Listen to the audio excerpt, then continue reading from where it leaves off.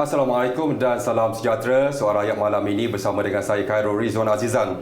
Dan pastinya perhatian seluruh negara ketika ini tertumpu kepada Melaka yang akan menyaksikan hampir setengah juta penduduknya bakal menentukan kerajaan negeri yang baru Sabtu ini selepas Dewan Undangan Negeri dibubarkan sebelum ini. Timbul persoalan sampai bila ketidakstabilan berkenaan akan berterusan sekiranya kerajaan negeri yang ditubuhkan selepas ini juga tidak kuat. Dan rata-rata rakyat Melaka juga mahukan kestabilan demi kemakmuran. Apatah lagi selepas terkesan dengan Perintah Kawalan Pergerakan PKP COVID-19 yang menyaksikan ekonomi negeri terencat sama sekali, terutamanya industri pelancongan. Dari kerajaan, pimpinan Ketua Menteri Datuk Seri Sulaiman Mat Ali juga sebelum ini juga sebenarnya sudah merangka plan strategik bagi membawa Melaka keluar daripada kemelut yang bukan sahaja membabitkan politik, malah juga ekonomi dan juga kesejahteraan rakyat. Justru malam ini di Studio 3 Bandar Hilir ini bersama saya Datuk Seri Sulaiman sendiri bagi memperincikan usaha kerajaan negeri yang telah dan akan digerakkan bagi mengembalikan kestabilan demi kemakmuran di Melaka ini. Assalamualaikum Datuk Seri. Waalaikumsalam. Terima kasih kerana sudi bersama kami dalam Suara Rakyat malam ini. Mungkin Datuk Seri boleh kongsikan kerana Datuk Seri mengambil alih teraju kerajaan negeri Melaka ketika Melaka dan juga negara masih lagi berdepan gelombang pandemik COVID-19. Jadi bagaimana Datuk Seri melihat cabaran ketika itu? Baik, terima kasih Saudara Khairul. Ya.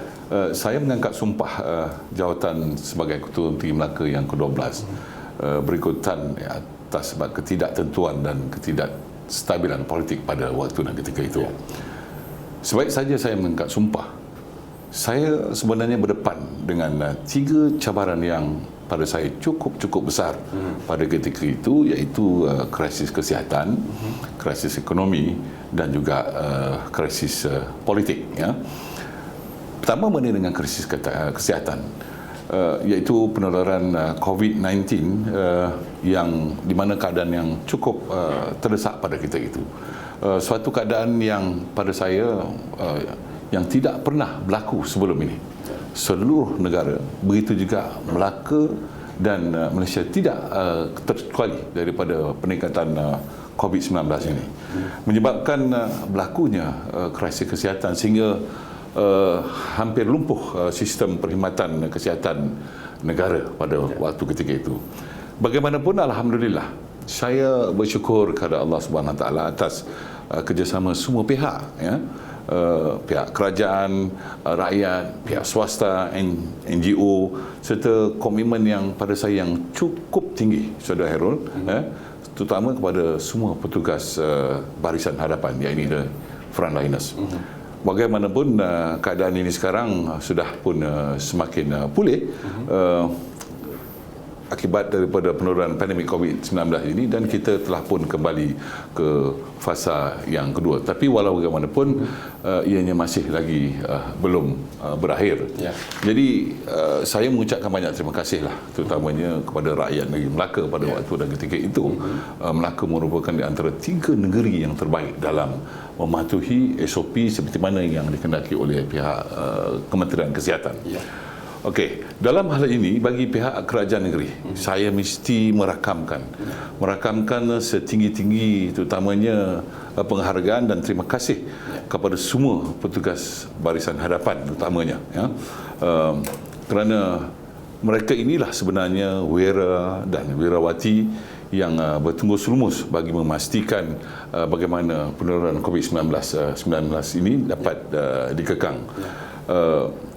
Seperti mana yang saya sebut tadi, mereka ini wira dan wirawati negara yang saya lihat kadang-kadang jasa mereka ini serta pengorbanan mereka ini tidak banyak didedangkan.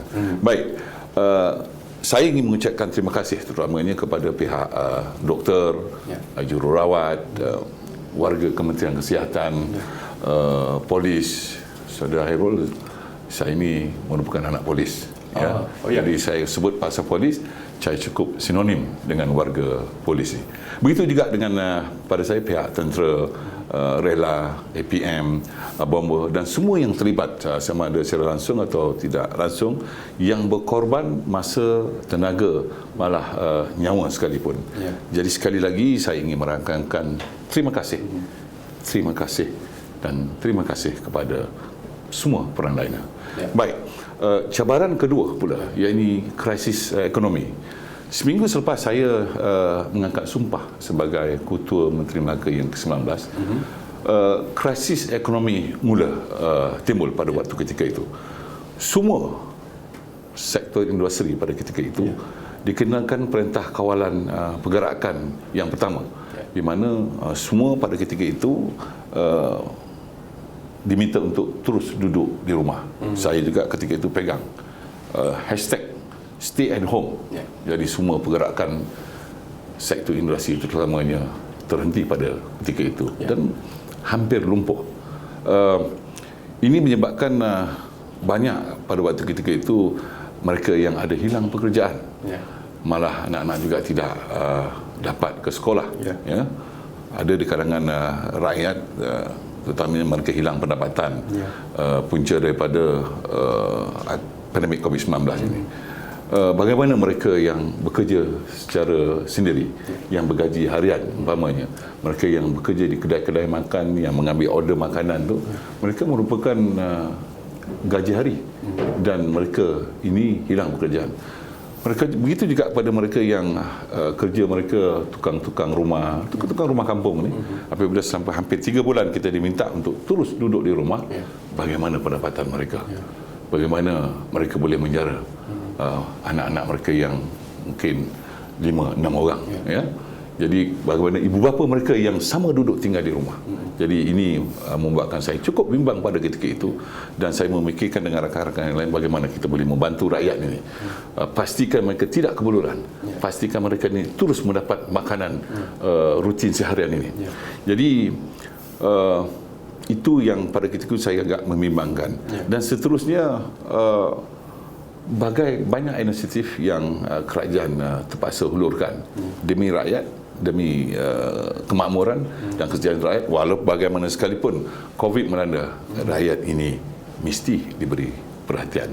Ketiganya dengan suhu politik. 3 cabaran cukup besar. Tadi saya cerita mengenai kesihatan, ekonomi, dan seterusnya adalah suhu politik pada ketika itu yang agak turun dan naik. Maklumlah, kita waktu itu Melaka kita baru saja membentuk kerajaan. Biarpun kerajaan itu baru, tetapi kita berkongsi kuasa dengan rakan-rakan kita yang lain. Baik.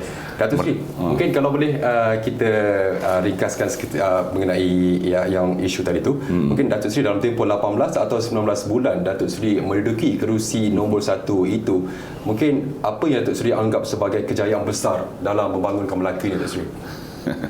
Baik, terima kasih Aaron. Saya mengambil alih kerajaan negeri Melaka dalam keadaan krisis, bukan satu krisis, 3 krisis ketika itu. Baik, soal sama ada saya dan rakan-rakan sejawatan saya dalam mengurus dan mentadbir negeri Melaka pada waktu dan ketika itu, maupun di pihak persekutuan sekalipun, apa sekali pencapaian yang saya buat ketika itu pada saya, biarlah rakyat menilaikan. Apa yang saya buat, apa yang telah kita laksanakan, saya tidak boleh mengangkat diri saya. Saya tidak boleh mengangkat kerajaan yang saya pimpin. Nanti macam angkat bakul, masuk bakul angkat sendiri. Jadi segala pengorbanan yang rakyat frontline lakukan, sumbangan-sumbangan yang mereka buat, begitu juga saya dengan rakan-rakan saya buat, sepanjang itu biarlah rakyat menilaikan. Saya serahkan kepada rakyat.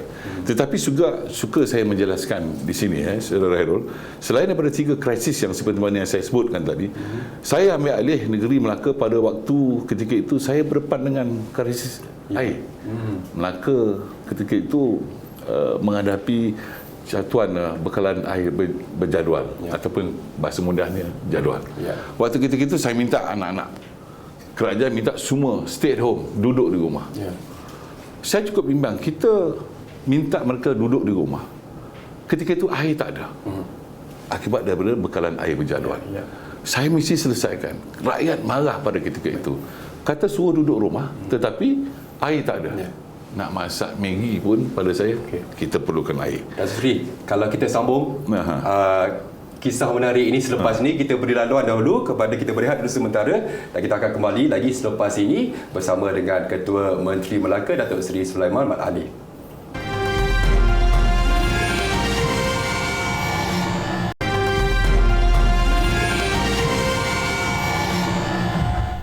Masih lagi bersama dengan Ketua Menteri Melaka Datuk Seri Sulaiman Mat Ali.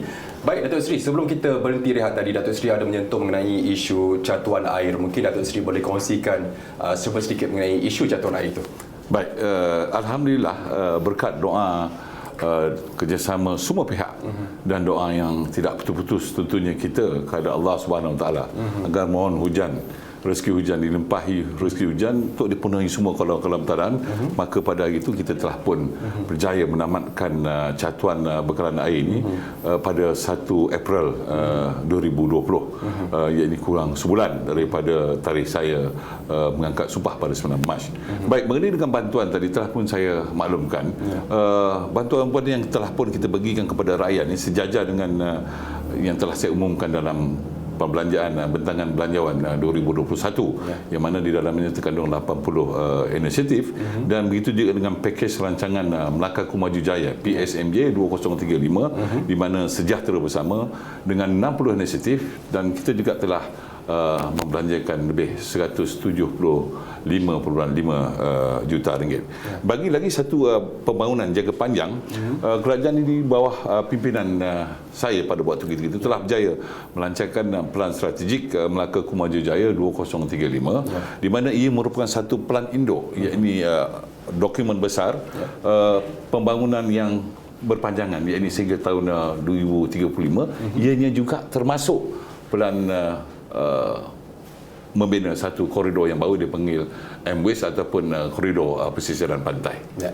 Baik, dan menyebut mengenai koridor ekonomi baru negeri Melaka, iaitu Zon Ekonomi Pesisiran Pantai Melaka ataupun Melaka Waterfront Economy Zone, Datuk Seri, MWIS.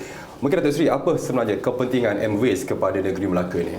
Baik, kalau kita tengok daripada dulu lagi, kita ada banyak koridor yang telah pun dibentang oleh ketika itu Perdana Menteri Tun Dr. Abdul Hamid Badawi, Perdana Menteri pada kita telah mewujudkan banyak koridor. Ya, kita ada NCGR, kita ada North Corridor, East Corridor, SCOR Sabah dan Sarawak, begitu juga kita ada di Johor. Semua koridor ini pembangunannya tidak termasuk di dalam negeri Melaka. Sebab itu saya kata kita mesti ada satu koridor yang baru. Maka saya ada plan, kita ada plan strategik yang terkandung dalam 2035 tadi. Saya kata bagaimana kita boleh memajukan negeri Melaka ini. Kalau kita melihat Melaka satu ketika itu memulakan sebuah negeri yang tersohor back 750 tahun yang dahulu. Saya kata kita mesti gemilangkan Melaka. Kita mesti wujudkan peluang-peluang pekerjaan, serta kita mesti menjadikan Melaka sebagai sebuah negeri bukan hanya pelancongan hujung minggu, tetapi kita mahukan Melaka sebagai business center. Sebab itu MWIS ini adalah menjadi pemangkin kepada ekonomi yang akan datang, bukan untuk saya. Yang kita bina ini adalah untuk rakyat yang akan datang, generasi yang akan datang terutamanya. Sudah pasti mereka ini mesti diberikan peluang pekerjaan, mesti diberi peluang untuk kerjaya menjadi usahawan. Saya mahu Melaka seperti mana Singapura ini. Saya mahu Melaka seperti mana Pulau Pinang ini. Bagaimana mereka boleh berjaya. Saiz, bentuk muka buminya sama. Dia water stress state, Melaka juga water stress state.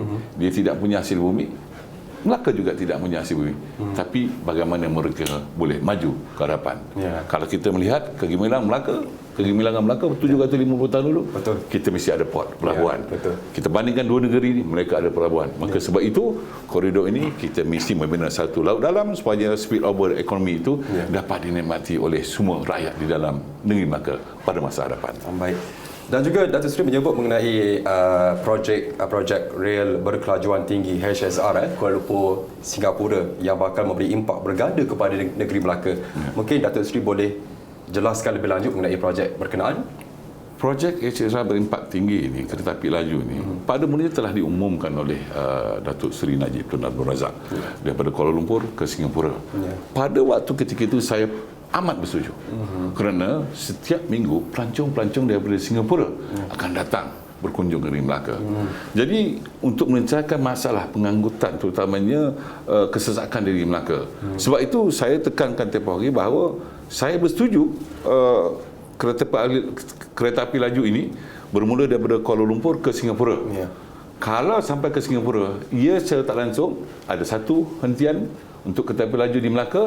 Jadi kita boleh bangunkan negeri Melaka ini untuk menarik lebih ramai lagi pelancong, terutamanya mereka yang datang dari Singapura untuk terus berkunjung ke negeri Melaka. Sudah pasti jalinan kereta api laju ini, kemudian daripada hentian stesen yang baru, dari satu stesen ke another stesen yang lain di Melaka Central, dan di Melaka Central ini akan ada lagi satu jajaran ke pesisiran pantai. Saya yakin kalau ini dapat kita bangunkan, peluang-peluang pekerjaan akan banyak dapat diwujudkan, dan Melaka boleh jadi sebuah negeri bukan hanya pelancongan hujung minggu, maka ia akan menjadi sebuah business center. Ramai orang, tak kiralah daripada hari Senin sampailah hari Senin berikutnya, akan settle ramai di negeri Melaka. Sudah pastinya Datuk Seri akan apabila sekiranya projek ini diteruskan, akan merancangkan lagi pelancongan negeri Melaka, juga dapat mengurangkan kesesakan di negeri Melaka, betul Datuk Seri? Yes, betul. Kerana saya difahamkan menurut satu peratusan di negeri Melaka ini, peratusan pelancong asing yang datang ke Melaka ini, Singapura mencatatkan negara kedua tertinggi, iaitu sebanyak 27.98%, selepas China 31.15%, Datuk Seri. Betul, Datuk Seri? Betul. Baik. Baik, Datuk Seri, kita akan teruskan lagi dengan soalan-soalan yang selepas ini. Apa kata kita berehat dahulu? Kita kembali selepas ini bersama dengan Ketua Menteri Melaka, Datuk Seri Sulaiman Mat Ali.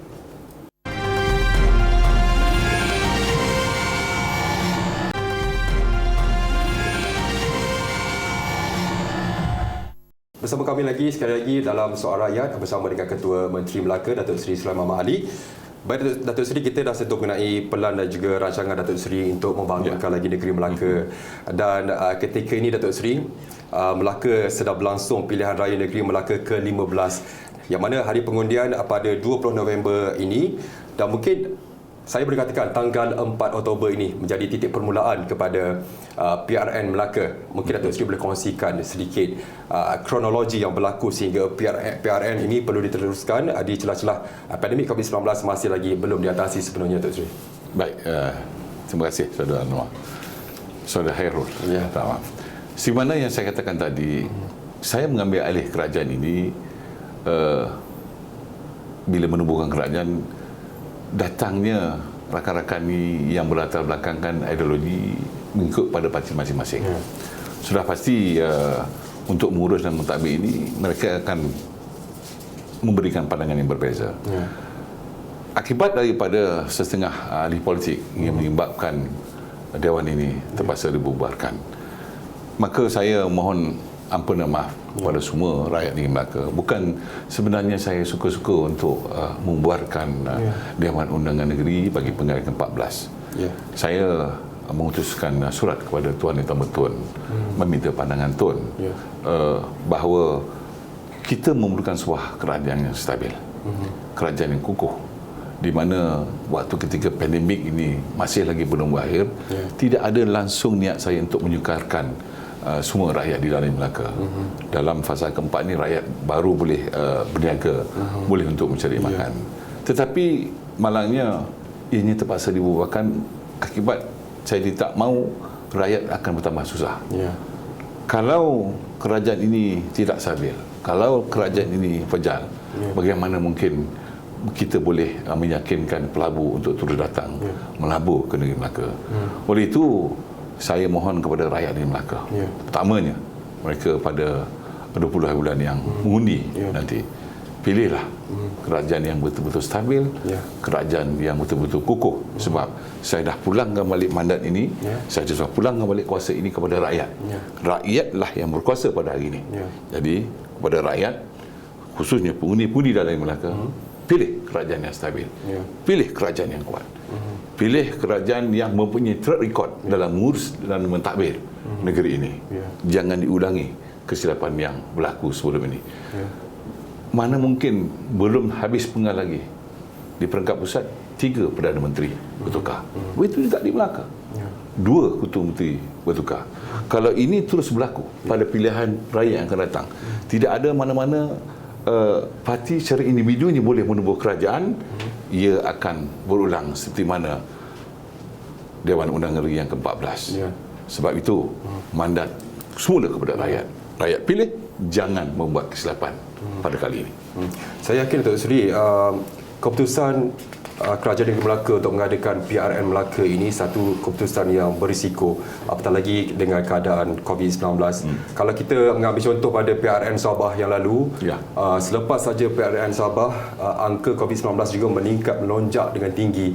Mungkin bagaimana Datuk Seri melihat perkara ini tidak akan berulang? Keyakinan Datuk Seri perkara ini tidak akan berulang seperti di PRN Sabah dulu. Baik. Saudara Hairul, janganlah di Sabah itu dijadikan rujukan. Di Sabah pada ketika itu tidak ada sebarang vaksin. Dan saya yakin peningkatan jumlah meningkat COVID-19 di Sabah pada ketika itu hadirnya mereka yang datang daripada luar. Itu saya fahamkan. Tetapi kali ini seluruh rakyat di Melaka, amnya di Malaysia, telah pun cukup ataupun telah pun mendapat 2 vaksin penuh. Dan sekarang ini kita nak bagi booster lagi. Kalau kita melihat di Chini, pilihan raya kecil di Chini, begitu juga di Slim River. Kenapa kaedah itu tidak boleh digunakan? Pada ketika itu juga belum ada lagi vaksin diterima oleh seluruh rakyat di dalam negara ini. Tapi di Malaysia, di Melaka berbeza. Kita sudah mencapai lebih daripada 93% mereka yang telah mendapat 2 dos, dan ada hari ini telah pun mendapat dos yang ketiga. Jadi saya yakin rakyat, percayalah, rakyat mesti memilih keluar mengundi pada kali ini. Dan ikut SOP seperti mana yang telah ditetapkan. Jangan melanggar SOP.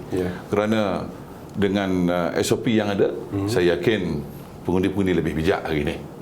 Kalau kita nak bandingkan di luar sana, di tempat-tempat lain, di Pantai Kelabang umumnya masih ramai orang yang berkumpul di sana. Tetapi kita dalam pengundian kali ini ada SOP kepada semua patuh SOP, dan saya yakin kalau kita patuh SOP, tidak ada kluster pilihan raya kecil ataupun pilihan raya umum negeri Melaka, insyaAllah.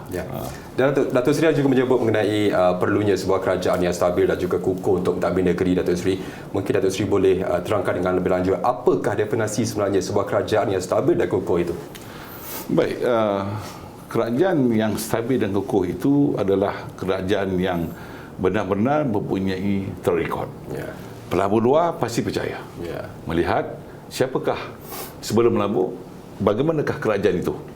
Adakah kerajaan itu stabil dan adakah kerajaan itu kukuh? Kalau dia melihat bahawa kerajaan itu ataupun the government of the day mempunyai track record yang lama. Sepanjang sebelum ini, sepanjang dia mentadbir dan mengurus. Dibanding pula sebelum ini, mungkin 22 bulan yang dulu, kita ada kerajaan di bawah pimpinan ketika itu Pakatan Harapan. Pakatan Harapan. Jadi pelabur-pelabur di luar sana, saya yakin dia melihat bagaimana kerajaan itu stabil atau tidak. Kita ada pengalaman, dia juga ada pengalaman selama 20 bulan. Jadi seperti mana yang saya sebut tadi, kalau kita mahukan kerajaan yang kukuh, sudah pasti pada saya kerajaan sebelum ini, terutamanya Barisan Nasional, mempunyai track record mengurus dan mentadbir kerajaan dengan lebih baik. Baik, kerajaan yang kukuh. Dan ketika ini Datuk Seri, kalau kita lihat feedback ataupun maklum balas yang kami peroleh daripada penduduk di Melaka, mungkin sebenarnya masih lagi agak risau dengan keadaan ketika ini. PRN Melaka ini diadakan ketika pandemik COVID-19. Apa nasihat Datuk Seri nak berikan kepada mereka ini? Untuk yang pertama, jangan takut. Yang kedua, insyaAllah sebab ramai pun yang dah dapat vaksin. Dan yang ketiga, untuk mereka keluar mengundi, sekaligus memilih kerajaan yang bakal diberikan mandat untuk mentadbir negeri Melaka. Percayalah dan yakinlah, inilah peluang pada saya, peluang yang terakhir untuk rakyat memilih kerajaan yang betul-betul stabil dan kukuh. Kalau kita lihat kembali semula, saya suka mengulangi track record kita.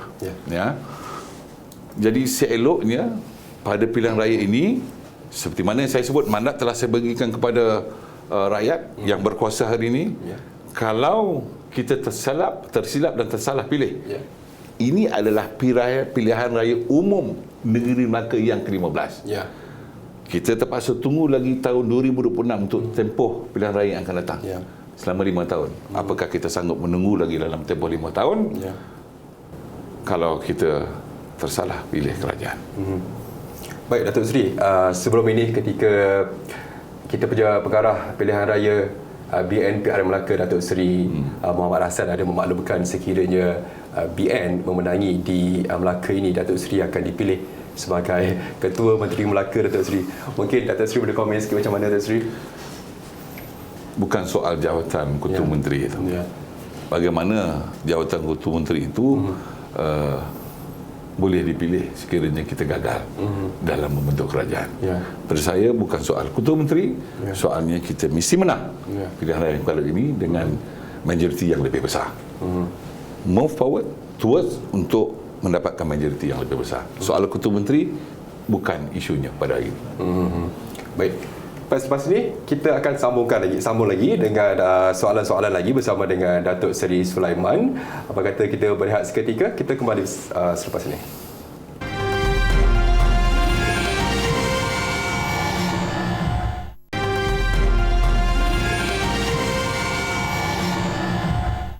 Baik, masih lagi bersama dengan Ketua Menteri Melaka Datuk Seri Sulaiman Mat Ali dalam Suara Rakyat. Datuk Seri, kita nak teruskan Datuk Seri dengan perbincangan kita pada malam ini. Mungkin Datuk Seri, Barisan Nasional telah mengangkat tema kestabilan demi kemakmuran sebagai aku janji pada PRN kali ini. Jadi, secara peribadinya Datuk Seri, apa rasional di sebalik tema itu? Baik, Barisan Nasional telah pun mengangkat tema kestabilan demi kemakmuran. Dan kemakmuran itu adalah milik kita bersama. Seperti mana yang saya maklumkan tadi, kita memerlukan sebuah kerajaan yang stabil. Bila kerajaan itu stabil, ia akan menggamit orang luar untuk datang ke Melaka dan menanam modal di negeri Melaka, khususnya pada pelabur-pelabur yang di luar sana. Jika kerajaan itu stabil, sudah pasti hasil daripada kestabilan mereka yang datang ke Melaka untuk terus menanam modal. Dan impaknya nanti kepada rakyat juga, di mana rakyat akan mendapat peluang-peluang pekerjaan dan juga peluang perniagaan. Kita punya pengalaman 60 tahun lebih dalam mentadbir dan menguruskan negeri ini. Jadi saya yakin dengan tema kestabilan demi kemakmuran, saya ulang lagi, saya mohon kepada rakyat di luar sana, jika kita diberikan mandat, kita ada Plan Strategik Melaka Kumulazimu Jaya sehingga tahun 2035. Banyak rancangan-rancangan, perancangan-perancangan yang dapat kita teruskan. Yang kini pada saya tertangguh akibat daripada pembubaran Dewan Undangan Negeri. Bagaimana kalau kerajaan itu tidak stabil? Bagaimana kita boleh menyelesaikan isu-isu rakyat, isu-isu perumahan, isu banjir yang kita sedang alami pada hari ini? Begitu juga dengan golongan-golongan muda yang hari ini yang harus kita dengar dan beri peluang pada golongan muda. Untuk golongan muda, seperti mana dalam kita ni manifesto, kita ada sidang DUN untuk orang muda, untuk belia yang akan kita wujudkan. Banyak lagi kawasan-kawasan sudut pidato, kawasan riadah untuk mereka, untuk e-sport, extreme sport yang ada dalam perancangan PSMJ 2035. Jadi berikan kita mandat dan kita akan laksanakan sebaik yang mungkin demi kestabilan, demi kemakmuran, demi kemakmuran itu milik kita bersama. Dan bercakap mengenai orang muda ni, Datuk Seri, pada PRM Melaka, Barisan Nasional turut memperkenalkan 86% muka baru di kerusi DUN Melaka ini. Mungkin apa harapan Datuk Seri kepada mereka, calon-calon muda ni? Baik, alhamdulillah. Saya melihat kali ini seperti mana yang saudara Khairul kata, 86% adalah datangnya daripada muka-muka baru. Ya, muka baru. Muka-muka baru ini datangnya juga daripada latar belakang yang berbeza. Ada di kalangan mereka yang doktor, ada di kalangan mereka yang profesional dan sebagainya. Dengan tenaga muda, dengan muka baru ini, saya yakin mereka boleh memberikan perkhidmatan yang terbaik. You all orang muda, saya sebut, you all orang muda, you boleh bekerja dengan lebih baik. Pastikan kita mempunyai agenda yang tertangguh yang saya sebutkan tadi. Di dalamnya terangkum berbagai golongan, terutamanya orang-orang muda yang harus kita berikan peluang. Mereka yang ingin berniaga, mereka yang ingin menjadi usahawan. Jadi kepada anda semua, golongan muda, kerja kita tidak berakhir. Bermaknanya, you sebagai orang muda, pastikan suara orang muda ini diambil kira dan dibawa di dalam Sinandul untuk kita realisasikan demi untuk rakyat, terutamanya incoming generation yang akan datang.